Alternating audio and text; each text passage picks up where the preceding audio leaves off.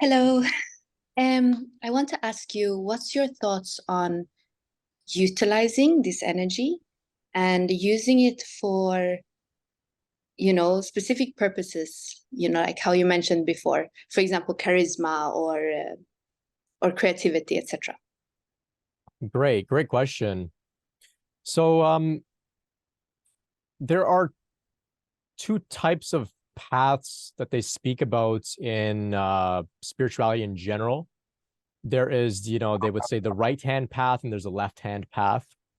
The left-hand path tends to be the more, I'll just say, ego-based path that wants to harness this energy and control it and use it to satisfy one's own means and ends, to maybe, attract people or get money or cultivate actual psychic abilities and powers, which are real things.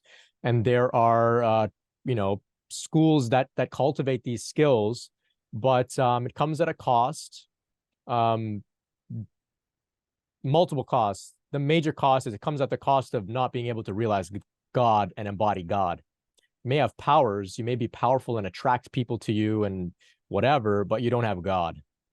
So that's the cost. The other cost is it requires energy. It requires a lot of ongoing maintenance. And this is why sometimes people will, end up as these sort of energetic vampires, you could say, abusing others to cultivate that energy, to keep it in their body and to keep using it for the powers, for whatever they abilities and whatnot.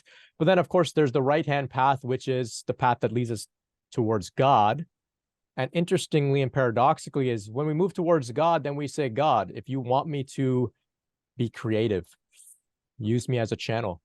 If you want me to have psychic abilities to be used in service for healing, use me. I'm here, I'm open. And if those abilities and things come, they come. And if they go, they go. And the individual is totally at ease with whatever God wants. So it's not that the individual is harnessing the energy now for creativity or for charisma. It's just saying, if this is what God wants to flow through me and this is what God wants to express through me, then so be it.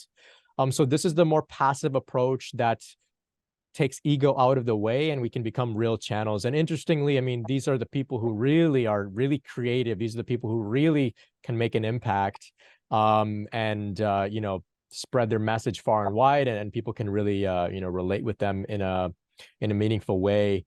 So those are some ideas here. So I would say for everybody here, aim towards moving towards God. You've got God waking up in you, go all the way, surrender to God, let God use you in the way that God wants to use you, the divine mother, the universe, whatever words you want to call it, rather than saying, oh, I've got awakened Kundalini. How can I use this energy to, improve my sex life? Or how can I use it to, become a great painter or a singer or to, attract a lot of people to me or to become, like a funny comedian and become famous?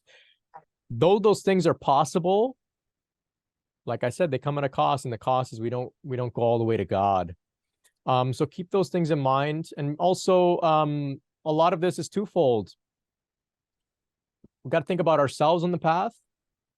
How are we using our energy? And then, of course, we use that same understanding. We apply it when we're looking out at the world and other people. Because there's many people with awakened Kundalini with many great gifts and powers and abilities, but they may not be using it in surrender to what God wants them to do with it. They may be still holding on to a little bit of control and ego. And so with our understanding, we can use our discernment to steer clear of those people so they don't, drain us of our energy and take our, vitality and power and harm us, or at the very least, just mislead us and waste our time. So I hope that speaks to you, Medina. Appreciate it. It's a good question. Perfect. Thank you. Oh, you're so welcome.